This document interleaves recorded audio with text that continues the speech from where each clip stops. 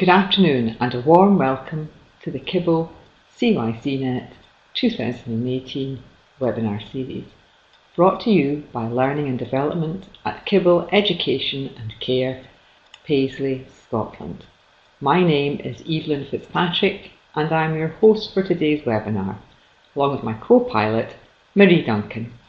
We are absolutely delighted to be welcoming you to today's webinar with our speaker, Tonya Hotchkin, Director of Clinical Care, Tanager Place. Today's webinar is entitled From Trauma to Resilience.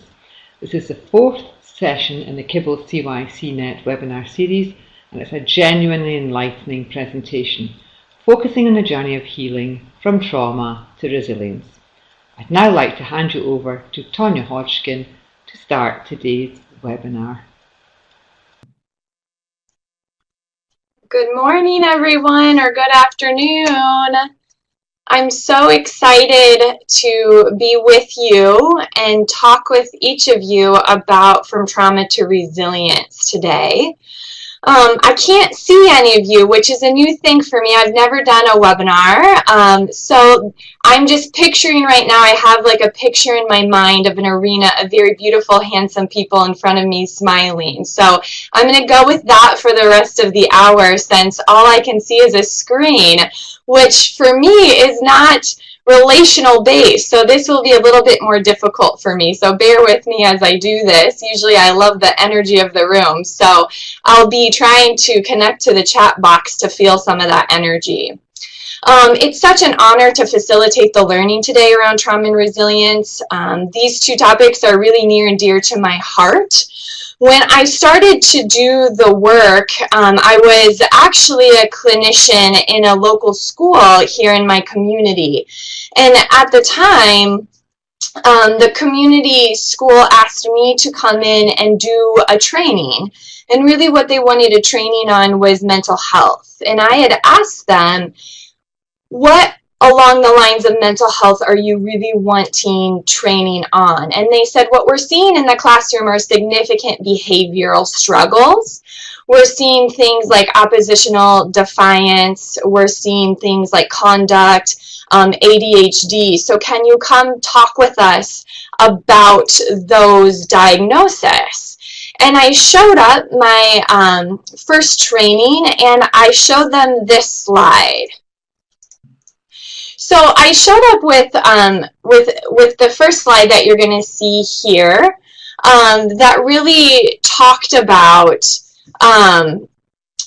that I was not going to speak about any diagnosis that day, because I felt like that would be really unfair to the students and the children that they worked with, because those students are filled with a life of a story. They're filled with experiences that that explain a lot of what is going on for them. So to simply just talk about a diagnosis and a list of symptoms did not give the whole picture of who they were as human beings. And so instead I showed up with this slide with a lot of foundational work by Dr. Siegel that said that we all at any given time in our life are on a spectrum from mental wellness or mental well-being to mental health struggles or mental illness. And that there are a variety of things that can influence that spectrum. What we know about youth and about children is that their economic factors, so their social economic status, can greatly influence their brain development and can influence their mental wellness. I think all the time about early access to care, and I know that children who have less financial abilities or less resources or less education in their communities toward early access and early intervention, that it will absolutely influence their mental wellness. I also talk about generational. I am an LMFT, which means I am a marriage and family therapist. And so systems theory is something that is very near and dear to my heart. And what I mean by that is that I believe very deep in my core that parents try the best they can with what resources they have. But we know that a lot of this youth that we're working with have parents that also struggled. And the reason for that is because we typically do what we know. So we do parent how we have been parented. And unless we have significant education and resources, it's really hard to break that cycle. So I'm really cautious when I talk about trauma and resilience, because we're going to talk about adverse experiences today.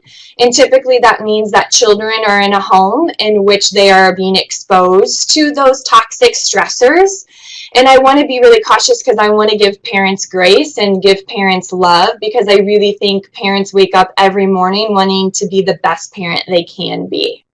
But we do know that this generational cycle and the idea of epigenetics can influence the wellness of youth and their development.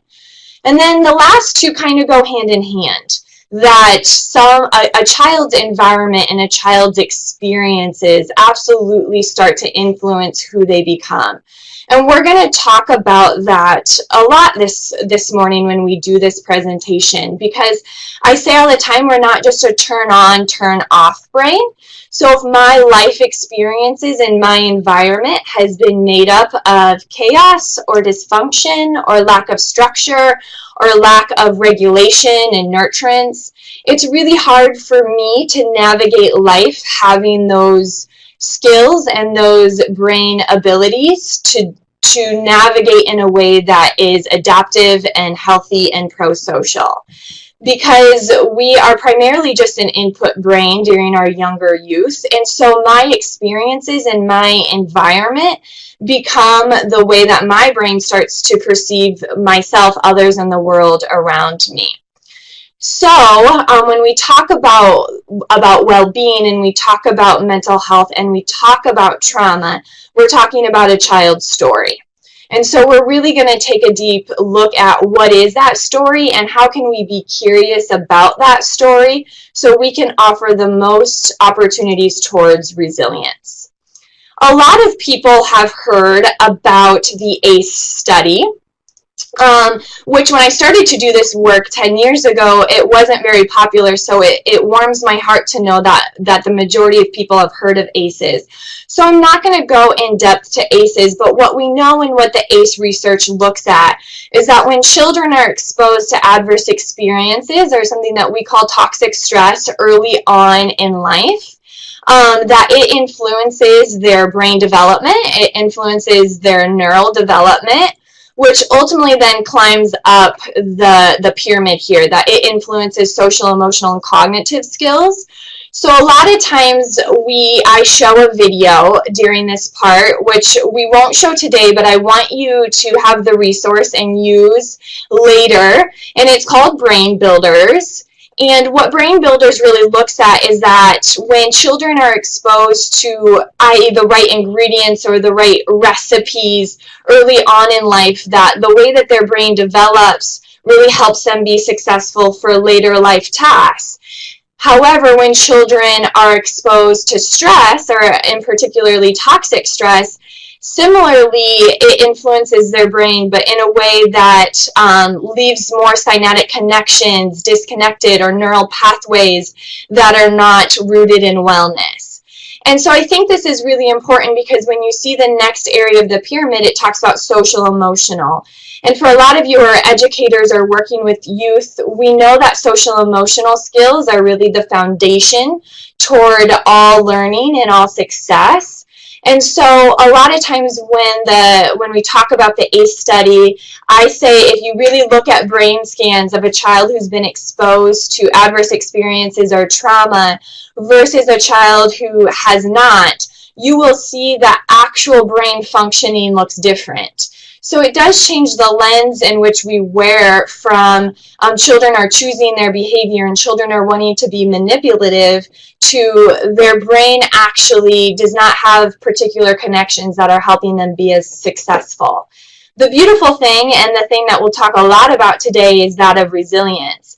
And although maybe that the early developing brain doesn't have those connections, there is hope, because you and the work that you do can start to create new connections and connections that help someone mitigate the effects of toxic stress and start to live a resilient, healthy life. So that's really, really exciting.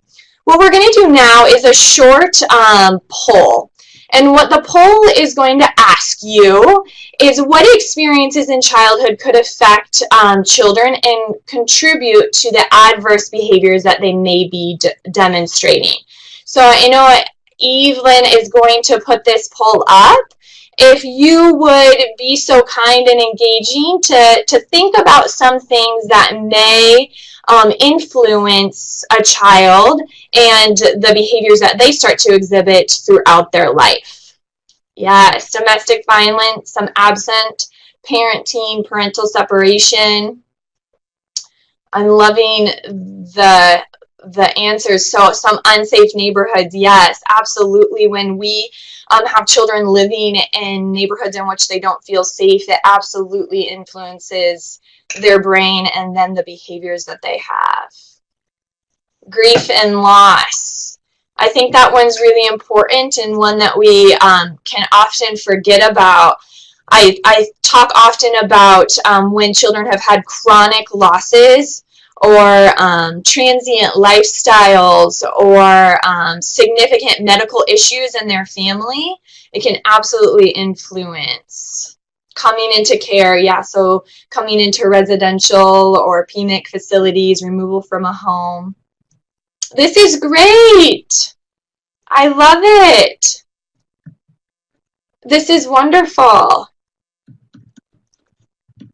Pre-birth trauma. Yeah, there's a lot of current research out there that is looking at actually in utero and even some changes in brain functioning when a child is in utero to a mother who has a desired pregnancy versus an undesired pregnancy. I know that literature is really new, but it's so fascinating to me to really look at how these experiences can start to influence a child's life, a child's development, their brain, and ultimately who they are in the world around them and in relationships.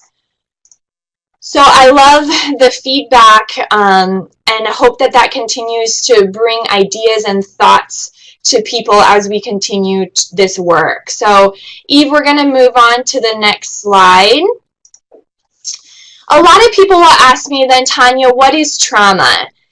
We know pretty well what adverse experiences are, but what is trauma? And the best way that I have to describe trauma is that it is any experience that leaves a person feeling helpless, hopeless, kind of in survival mode, or really in what we call their downstairs brain, feeling like they have no control over that experience. So I often say there's no scorecard when it comes to trauma, and I think that that is really important because I have worked with a lot of children who maybe have 1 or 0 ACE as their score, but could qualify for having post-traumatic stress disorder, and children who have maybe 8, 9 of the ACEs and don't exhibit symptoms related to trauma. So the way I describe it is that ACEs, or adverse experiences, or any experience, are the things that happen. They're the things that we're exposed to, but trauma is how my brain and my body respond to that experience. So what we know about trauma is that it happens on a sensory level, and it can be real or it can be perceived. So I'm going to say that one more time. It happens on a sensory level. So let me give you an example. If I'm making this up. If I was a 2-year-old and I was exposed to sexual abuse, and my perpetrator wore a certain scent while the abuse was occurring, so a certain cologne, let's just say, and now I'm 45 and I'm walking down the street and I smell something and all of a sudden I start hiding in the bushes. And my friend comes over to me and says, Tonya, why are you hiding in the bushes? And my answer, like many of the youth that you work with answer when you ask them why they did what they did, would be, I don't know. And there is a significant possibility that I logically, on my upstairs brain, don't know why I'm hiding in the bushes. But my body and my brain know that I'm hiding because I smelled the same scent that I had smelled when I was being exposed to abuse. And that's really important because our triggers often happen on a sensory level as well. And so what happens in the brain is that your brain and your amygdala, which we're going to talk about here in a minute, are firing and saying safety, safety, safety. You're in danger, and your body reacts. There's a wonderful book out there that's called The Body Keeps the Score. And I think that this is really important because trauma is more about how my brain integrates the experience. And my brain can either integrate the experience and make logic reasoning and meaning out of it, and all the neural pathways in my brain can be really connected, and then that stressor, that toxic stress, gets released and it's not as activated in my brain, or it can get stuck in my brain. And that activation is really, really big, and then my triggers that come through happen on a sensory level and can be very big as well. So let's talk a minute about the brain, because you've already heard me reference upstairs, downstairs brain, and I think that it's important for us to really demonstrate what I'm talking about. So I'm going to do a hand model of my brain, if you guys can see my hand. So first I'm going to talk about this as my upstairs brain. So if you take kind of my my lower fingers, I should say, all the way to my upper fingers, and you see how it goes around. Dr. Siegel does a lot of this work, but they talk about that is my upstairs brain. Their terminology is called my prefrontal, or my cortex, if you will. Research is showing that your cortex gets fully developed when you are 25. And so I think that that is really important to consider. It is the last thing in the brain to start to develop. So we actually develop bottom up in the brain. And that really explains like 2-year-olds and 3-year-olds and tantrums, because I would say that they're living more in their downstairs brain, their emotional brain, their reactive brain, their impulsive brain. And we as caregivers really work to help them connect to their upstairs brain and start to develop that upstairs brain. But your upstairs brain is the very thing that helps you be an adult. It helps you be responsible. It helps you plan and organize things. It helps you remember to bring a pencil to class and be responsible. So your upstairs brain is really helpful for you to be able to adult in the world and be a high-functioning individual. We really also can call that your executive functioning. Now, when we start to go down in the lower levels of your brain, my thumb here is something that we call my limbic region. Your limbic region houses your memory, but most importantly, it houses something that we call your amygdala, which is like an almond-shaped thing here in the back part of your brain. And your amygdala is responsible for your fight, flight, and freeze response. So let me give you an example. If I was walking down the street and I saw a really big yellow bus coming, I would jump back in about a millisecond, because my amygdala would have said big yellow bus and I would jump back. And it would save my life. And if my upstairs brain, or my prefrontal cortex, or frontal lobe were in charge, what it would have done is start to logically process what was happening. Like, Tonya, bus coming towards you, it's big, yellow, wheels on the bus go round and round, right? And I would have already been hit by the bus. So in that instance, I don't want my upstairs brain in charge. So what I want is my amygdala to help me jump back. And in that instance, I'm really thankful for my amygdala. But what happens for children and others who have been exposed to adverse experience and that have trauma is that their brain and their amygdala is often saying big yellow bus when there is no real big yellow bus there. Remember, trauma is real or perceived, and it happens on a sensory level. So oftentimes their amygdala is saying big yellow bus and having their body react to that, even though there's not a real safety threat there, but there is a perceived safety threat. So we see this all the time with veterans who come back from war and they hear loud noises and all of a sudden they're hiding under tables, even though there is no real bomb or IUD going off. And so I think this is really important because oftentimes we get very confused as caregivers and youth service workers and clinicians as to why our clients are responding the way they are. And what I would say is that their brain is responding saying that there is a big yellow bus. And then the last part is the reptilian brain, which is the first thing to start to get developed. It's responsible for our vital functioning. The important things to remember with the brain is that we're a brain-body matching machine. What I mean by that is that we all have something called a window of tolerance. It is our ability to withstand stress, if you will. So let's pretend that this is my window, or hey, there's a window right behind me. If each of us have a window of tolerance that is different sizes. It depends on our day. It depends on our interactions. It depends on if we got a good enough sleep and we eat healthy.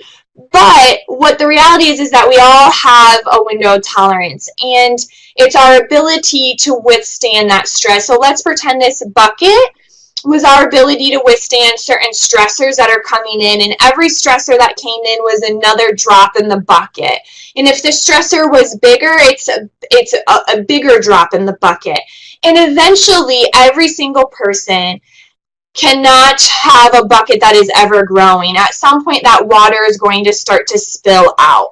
And we call that then, Dr. Siegel calls it flipping your lid, or you're out of now your window of tolerance. And what research shows us is that when you're out of your window of tolerance, you typically go to either externalizing or internalizing. So let me explain this. Externalizing means that you are demonstrating behaviors externally. So those are the youth that you see are like flipping tables, or punching things, or running away, or screaming and yelling. The other is internalizing, which means you go inside. It's like those youth that you work with that you say kind of earth to Tonya, and Tanya's not really there. It's a form of dissociation at times. And the reality is that the children who have been exposed to toxic stress and adverse experiences and that have trauma is that their window of tolerance is often really small. And so a lot of people I work with will say, well, he goes from 0 to 100 in just a millisecond. And I would say, yeah, that means that the window is really small, and then he goes to what we call kind of flooding. And so your emotions, your sensations in your body feel really, really big and are really hard to manage. So now your body is responding in the only way it knows how. And that really comes from an inability or a lacking of skills on how to regulate your sensations and regulate your feelings. And so that's really, really important to hold on to, is that idea of regulation, but also that children do not get to choose how they manage their affect. So what I mean is that you will have some kids and their natural tendency is to go to externalizing.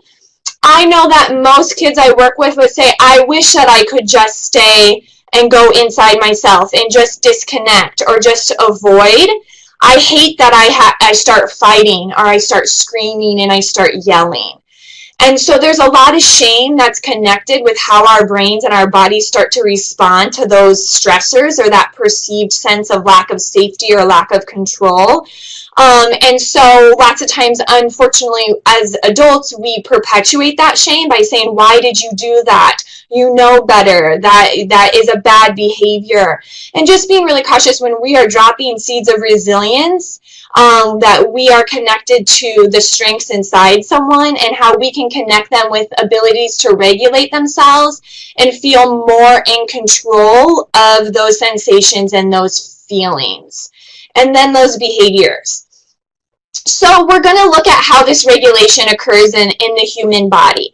So let's look at baby A, who has, I hate the word normal, but let's say a normal infant trust cycle, which means the baby demonstrates a lot of different cues to show their needs. What that could look like is they could be crying, or they could be fussing, or they could be wiggling about. You see on their face that they're starting to get distressed. And so a caregiver does a lot of things to try to meet that child's needs, right? They could rock them or sing to them or nurse them or change their diaper. But what happens over time is that baby learns, while the world is predictable, it's safe, I can get my needs met, and I'm capable. And this doesn't happen for a baby on a logical upstairs brain level. It's not cognitive yet. But what happens is it's on a sensory level. So on a feeling level in the body, that baby learns I can get my needs met. And regulation starts to occur through the adult or the caregiver co-regulating. Right? It's very instinctual for us as caregivers to hold that baby, to show them eye contact, to connect with them in order to help them re-regulate or to calm themselves down. And we do that through human interaction in our relationship. And so let's look at baby B, who potentially has a more toxic stress cycle, and where they're showing the same need, but instead, due to a variety of reasons that you guys listed before, a caregiver is not meeting that need consistently. So it could be because there's violence in the home, or mental health, or substance use, or a lot of different reasons. And so that baby inconsistently is responded to. What happens in that baby's brain, again in their downstairs brain, is that they start to learn that the world is not safe, it's not predictable, that baby can't get its needs met, and their ability to regulate becomes pretty haywire. And I think this is important because attachment theory believes that all regulation and a human's ability to soothe and calm yourself happens through co-regulation. It happens through another person attuning to you, and then you learn those skills. What started to happen in some cultures and societies is that we believe that if you push kids and they go to isolation, or you leave them to themselves, they can learn how to regulate on their own. They'll figure it out. And what really shows in brain scans when we monitor cortisol, or the hormone of stress in a human's brain, is that regulation most typically is happening through mirror neurons and someone learning how to regulate through another regulatory person. So I often show a video at this time of Dr. Tronick in this still face paradigm. We can't show it today, but I hope that you can see the link and go watch it. What Dr. Tronick did in his work is that he had a baby and a mother start to interact. They were playing together, and then they had the mother do a still face. So the mother is not responding to the baby and not interacting. And you'll see in the video that the baby starts to become very distressed. I would say start to climb out their window of tolerance, and the baby starts to scream and wiggle their body. You can just see the stress on the baby. And then the mother re-engages and starts to connect again, and the baby starts to regulate through that interaction. And that's really what we're talking about here, because what happens, I believe, for children who we work with, they are often in 7-year-old or 14-year-old or 21-year-old bodies, and they do not know how to regulate themselves because they have not had the life experiences or the interactions and relationships that help them learn how to regulate. Because it is a learned skill that happens through relationships. And so what starts to happen for those children, and we're really talking about children with significant adverse experiences in trauma, developmental, like ongoing complex trauma, is what happens is a term that we call private logic. And private logic really started to develop out of Adlerian and Adler theory. And private logic is how I see myself, how I see others, and how I see the world around me. So I'm going to say that one more time. How I see myself, how I see others, and how I see the world around me. In that very first slide I showed you, our private logic is developed based off of our experiences. So my external messages become my internal realities. I learn patterns based on my environment and based on my interactions. So what this means is, I'm going to make this up. If I am 3 years old and I am potty training and I have an accident and my caregiver starts to scream and yell and say, Tonya, how could you? You need to get the hang of this, and shows me my dirty underwear in my face and says, Tonya, your sister was potty trained way before now, and cortisol is dumping in my brain because that is a scary interaction and stressful. What happens for me in my brain is that I don't have the cognitive ability to say, hey, well, caregiver, I am developmentally different than my sister. I'm going to get the hang of potty training in about 2 months. Be patient with me. What happens instead, and could happen, is that that message becomes my private logic. Is I am not good enough, I am not smart, I am not capable, I am not as good as my sister. Because I am just an input brain, remember, cognitively. So my external message becomes my internal reality. So the best way I have to describe this is a concept from Inside Out, the movie Inside Out. What happens in Inside Out is that Riley has a lot of life experiences. They create gold balls. So every experience that she has is a gold ball, and she has tens of thousands of gold balls. But what you see happen in the movie is that the more like experiences she has, it turns into a blue ball, which means that it's a core memory, and then it creates an island in her world. Or if you know brain science, it creates a neural pathway. And so a lot of her experiences you see on the slides here, she has a hockey island and a friendship island and a family island. And depending on the majority of her experiences, depends on how big the island is. So you see in the movie that that family island is the biggest island that she has. And what it would show in the movie is that it's the biggest island because she's had the most experiences related to family.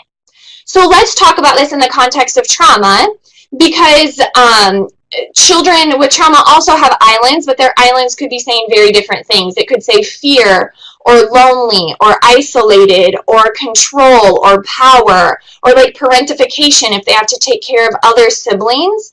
Well, what private logic is that your islands start to shape how you interact with others, how you experience the world. And you'll see that in Inside Out. They say the islands of personality are what make Riley, Riley.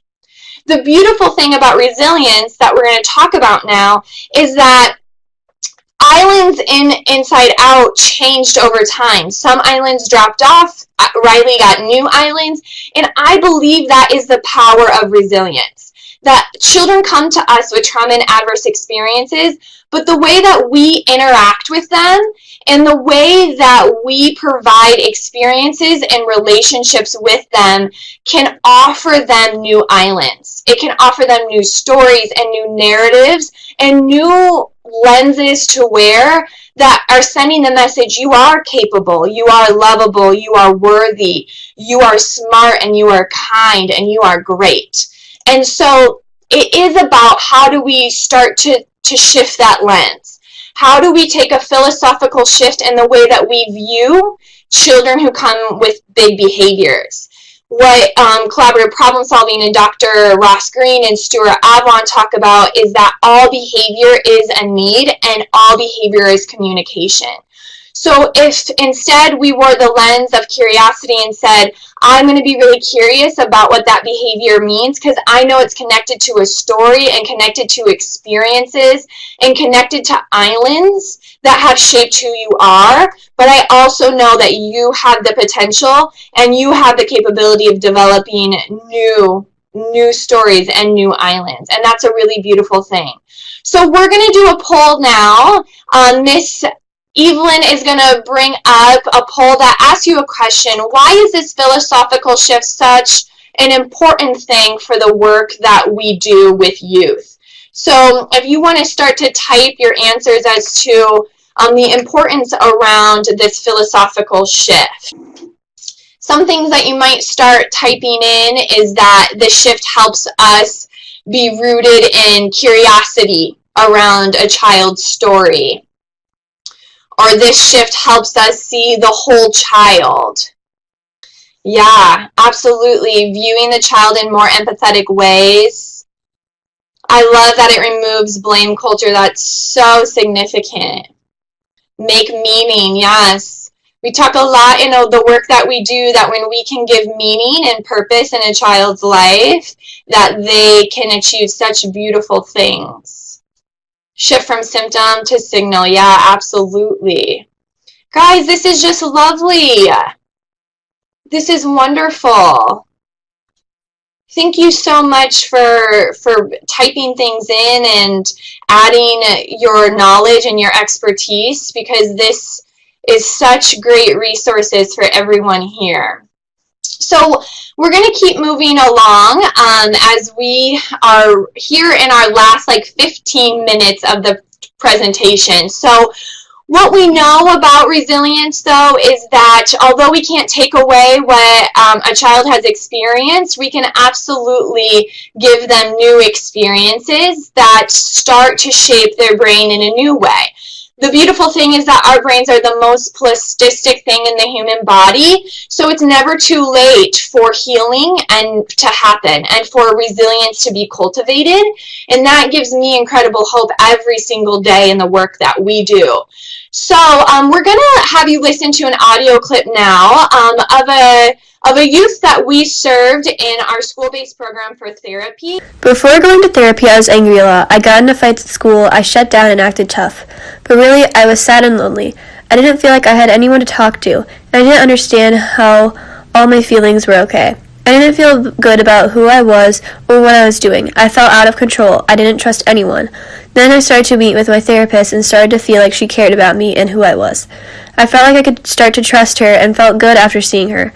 I wrote her this letter explaining how I felt. Thanks for always helping me understand things or how to control myself. Without you, I wouldn't know how to control my feelings or understand how others are feeling with help them. I am really happy that you are my therapist and others, because without you, a lot of students wouldn't know how to control themselves or talk about their feelings with someone. You are a really smart and amazing person. I'm glad I met you in 6th grade, but I wish I had met you a long time ago. Thank you for everything you've helped me with, and keep on changing people's lives and touching their hearts. I gave her that letter, and I feel a lot better now about who I am because my therapist believed in me. I think it's just such a beautiful illustration of the power that we can have in a young person's life or in anyone's life. A huge shout out to Maggie Hartzler, who was that therapist, and the significantly beautiful work that she does with human souls. And so it really takes us to what we consider the U intervention. The U intervention is all about that you are the number one tool in a child's life. When we talk about resilience, it is incredibly research indicative that the key element of a child or an adult saying that they were resilient was that they had a significant person in their life that they could trust, and that they felt loved them, cared for them, valued them, and was there for them. And so oftentimes we try to make resilience complicated, and the reality is that you are the number one pathway toward cultivating resilience in another human's life. And I think that that is such a powerful, powerful, beautiful thing, because when we can see the beauty in someone else, when we can see their strengths and their power and their potential, we can use our relationship to highlight all the amazing things about them and cultivate that resilience. So this is important because it's not that other interventions aren't important or that other research or other tools aren't really significant, but if first the relationship isn't there, those other things are not going to be as effective. That first, the relationship and the feeling of safety has to be the number one thing as the foundation for all the other work. So what is that other work around resilience? We call this kind of the 201 and the U intervention. Because when we started to do this work, a lot of educators and care providers that I worked with would say, Tonya, you know, I'm doing all the things that you talked about. I'm talking to the downstairs brain. I am trying to have a relationship, and I'm really having a hard time. And so when I would go observe, I would see that really the barrier and the thing that was in the way was that adult was often triggered by that youth, and triggered for a lot of different reasons. And so I think what I started to discover several years back in this work is, how do we lead people through their own self-discovery? How do we lead people to their own understanding of themselves, their own self-awareness, so that they can be an expert on their own life? Not the life of others, but understand themselves so deeply that they know the things that could be a barrier or a protective mechanism from truly connecting with the kid or a youth in the way that serves the youth the best possible.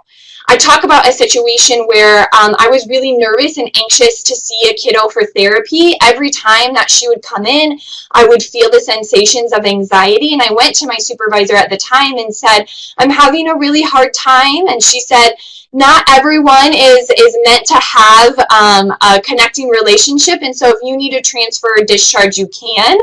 And if you know anything about me, I'm really stubborn. And so I said, no, I'm not going to discharge this client because this is on me. I need to understand what's going on with me. And I stumbled upon the book at the time, Parenting from the Inside Out by Dr. Siegel. And it was before I was a parent, but the book was life-changing for me. And what it said is that our experiences in life absolutely shape how then we have relationships, how we interact with others. And I started this quest of self-discovery, of understanding my own values, my triggers, my personality traits, my own private logic. So if I felt not good enough as a therapist and a client was saying, I really hate coming to therapy, it was absolutely going to pry on my own insecurities and beliefs that I had about myself that I struggled with. And so I really, really encourage you to do a lot of self-exploration and understand, what are those triggers for you? What is going on for you? What is the story that you're telling yourself when you go into an interaction that is difficult for you, or when you have a relationship that is difficult for you? Brene Brown does so much of this work, so use her as a resource, but really having that self-awareness and then that self-care for yourself. I say you can't give out of a bucket that isn't full. And so understanding how you are in your own wellness and taking care of yourself and having relationships in a village that allow you to give yourself grace and love so that you can pass it on to others. The other part of the 201 is something we call curiosity and perception checking. And I'm gonna reference a beautiful soul named Holly Green. She wrote a book about this idea of the ladder of inference. And what she said is that the ladder of inference says that in every interaction or every experience that we have, 10% of that is fact and 90% is our own perception. So it's like our own glasses that we wear, you know, like it is our own bias, our own assumptions, our own belief system, our own private logic, which is made up of our own experiences. So if you are not aware of your own bias and perceptions and assumptions and beliefs about the world, then you are going to go into interactions and automatically assume 90% of things.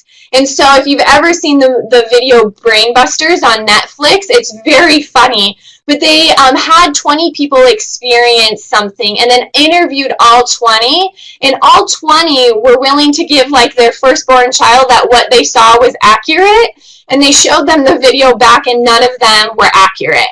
You know, some of them said, oh, they were wearing a yellow coat, or it was a female, and none of them were 100% accurate, which I really think speaks to Holly Green's term of ladder of inference that when our brains and our amygdalas are also experiencing stress, which when we interact with a youth that has big behaviors, your amygdala is also going off, that you have to be really rooted and grounded and centered and working on your own regulation, and then being just really, really curious about what they're experiencing, what their life is like, what their reality is, because they are the expert of their own lives. And so I think that this curiosity is one of the most core elements in the work that we do to help foster resilience. Then we talk about paying attention to the strengths. And I always say the quote, what you pay attention to grows. I'm going to say it again, what you pay attention to grows. If you are frustrated with a child, you're going to find negative behavior, because misery loves company, and we want to validate ourselves. We want to prove ourselves right, and that's okay. It's just human nature.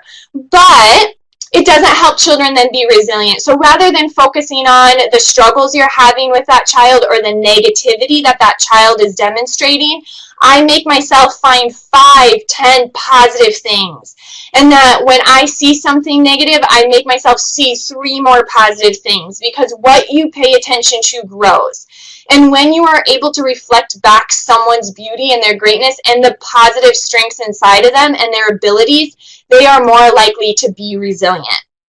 And then the power of you being genuine and sincere and authentic, coming into relationships with your why behind the work, the why behind your passions and your love for what you do, and knowing that vulnerability, saying, I'm not the expert, I'm having a hard time, you're having anger, and I feel really nervous, and I care a lot about you, bringing ultimately humanness into the human interaction.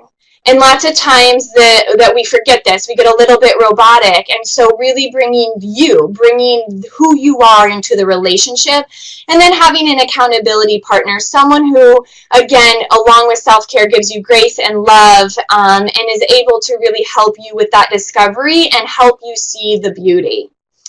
So how do we foster resilience with the brain and mind for those we work with? Let's pretend the upstairs brain is Spanish speaking and the downstairs brain is English speaking, and you go up to a kid who is aggressive and yelling. They are in their downstairs brain, right? And you go and you say, buddy, if you keep having these behaviors, I'm going to have to call your mom. You, as the adult, are in your upstairs brain. There's nothing wrong with saying that, but what Dr. Siegel would say is that when you speak Spanish to someone who speaks English, that can be quite frustrating, right? And so how do you first talk to the downstairs brain in order to get the youth to the upstairs brain? And so Dr. Siegel gives you a little bit of a recipe. He says, first, just be present. Do deep breathing yourself. You have to first be regulated in order to regulate someone else. So do deep breathing and connect. And then do attunement and reflection, paraphrasing, validating. So what that looks like if the student says, I'm saying student, but if they say, I hate you, this class is dumb. Saying, you're really, really frustrated. You feel like this class is really, really stupid. Yeah, and I hate you. You're the worst educator I've ever had. Yeah, you really, really are mad at me right now. This is really hard for you. And doing it in an empathetic, caring way, not a robotic way, but in a way that says, I care about where you are right now. The importance of this recipe is that when you reflect, when you paraphrase, what you are doing for that child is helping them gain insight into their own current state, their own feelings, their own words, potentially their own sensations, and you're helping them integrate their brain, which is really big for children of trauma because they don't have a well-integrated brain. They are not able to access impulse control and regulation and logic in the midst of emotions very well. So when you do this, you give them an opportunity to start to develop that emotional intelligence that's needed for resilience. And most in particularly, you're sending the message that no matter how you feel right now, no matter who you are right now, you are lovable and you are worthy to be exactly as you are. and to help them regulate their brain. So I'll tell you a scenario. I have a 13-year-old niece. I came home from work one day and she was eating on my couch. I have a rule, no eating on my couch. I know, silly, but I come in, I say, Beans, get your tuckets to the kitchen. And she goes, no, I'm watching my show. Now, I take some deep breaths and I regulate myself because I'm a little frustrated because I felt like that was disrespectful, if you will. But I know that that is my own stuff, and so I go, I put my hand on her shoulder, and I say, yeah, you're saying right now that the rule doesn't matter. She says, I'm not saying that, Auntie. What I'm saying is that I'm watching my show. Please leave me alone. I say, right now you're saying you just want to be left alone. But I care about you, and I see that you're frustrated. She goes, Auntie, honestly, not this therapy stuff. And I say, yeah. Right now, you just want to be alone. You're watching TV. And it seems as though then the rule to not eat on the couch doesn't matter. She says, I'm not saying it doesn't matter. And she starts crying. I say, you're feeling really, really sad. And she goes, yeah, no one sat next to me during lunch today. And I said, oh my goodness, Beans, that is really sad and that is really hard. Let's go to the kitchen and talk about it, because you're not going to eat in my living room. And it's not that I don't get to the expectations or the rules, but how I get there looks very different. How I get there allows an opportunity for her to be aware of her own sensations, her own emotions, her own behaviors. We went to the kitchen and we had an amazing chance to talk about what she can do tomorrow if no one sits next to her, and what she can do with her feelings of sadness. And it gave her a chance to gain insight. And it gave her a chance to gain empathy into me and how I felt. And most importantly, it gave us a chance to have repair. And it gave a chance for her brain to be integrated and for resilience to occur. So we're going to really end with this last part. If trauma happens on a sensory level, healing and resilience happens on a sensory level as well. Provide youth with engagement, involvement in activities. Have them be connected to norms and high values and why it's really important so that they can gain insight and importance around it. Having them be connected to their community and be connected to trusting adults. Having them be really connected to things that offer them enrichment. And sensory things, so movement and play and exercise. I'm going to ramble some things off, right? Like doing sensory walks. Tell me 5 things you see, 4 things you hear, 3 things that you can touch. Doing mindfulness, doing swinging or sitting on a ball versus a chair, or fidget items. Teaching people deep breathing and how to be aware of their sensations. I say all the time, I'm feeling really anxious. I have butterflies in my tummy. Those butterflies are red. If they could be a symbol, it would be like a square. You know, just connecting sensory things to logic and to the upstairs brain. Art and music and reading. I love that, Eve. Having them in clubs and enrichments and doing gratitude activities, doing journaling, connecting with others. And knowing that the 3 most regulatory things is 1, making sure that essential needs are met, food and water, then movement, and then breathing, being connected to oxygen. Often we are disconnected from our body in those ways. So always reach out. Don't ever hesitate to reach out if you have questions or you would like resources. I'm going to end right here in the last minute with a description. I usually show a Moana video, if any of you have ever seen Moana. And what happens in Moana at the very end is Moana is trying to restore the heart of Te Fiti. But she can't get to restore the heart to Te Fiti because Takai, a lava monster, is there. And this lava monster is big and it is ferocious and it is angry and it is looking to destroy anything that comes in its way. And what Moana notices is that Te Fiti, the lava monster, is missing a heart. And so she holds the heart up and she says to the water, let Takai come to me. And the water splits and Takai comes raging at her. And Moana is singing a beautiful song and says, they have stolen the heart from inside you. I know who you are. And Takai gets up to her and pauses, and Moana says, I know who you truly are, and puts the heart back into Takai, who is Te Fiti. And the lava breaks off, and Te Fiti comes as this beautiful, beautiful woman who is there to restore all the island's greatness. And to me, that is the most metaphoric example of trauma and resilience. Kids come with really big behaviors. They come with a lot of pain and a lot of sadness. And then when we, as caring, loving, nurturing individuals, and individuals who give opportunities to see that child's greatness, to see the heart that is truly there, full of light and love, when we can show that and reflect that, endless things are possible for youth and for anyone who is looking to cultivate their resilience. So I feel so honored and privileged to have shared this information with you today. You've been such a wonderful group. Thank you so much for your time, and please reach out if you have any questions or any needs. Thank you so much.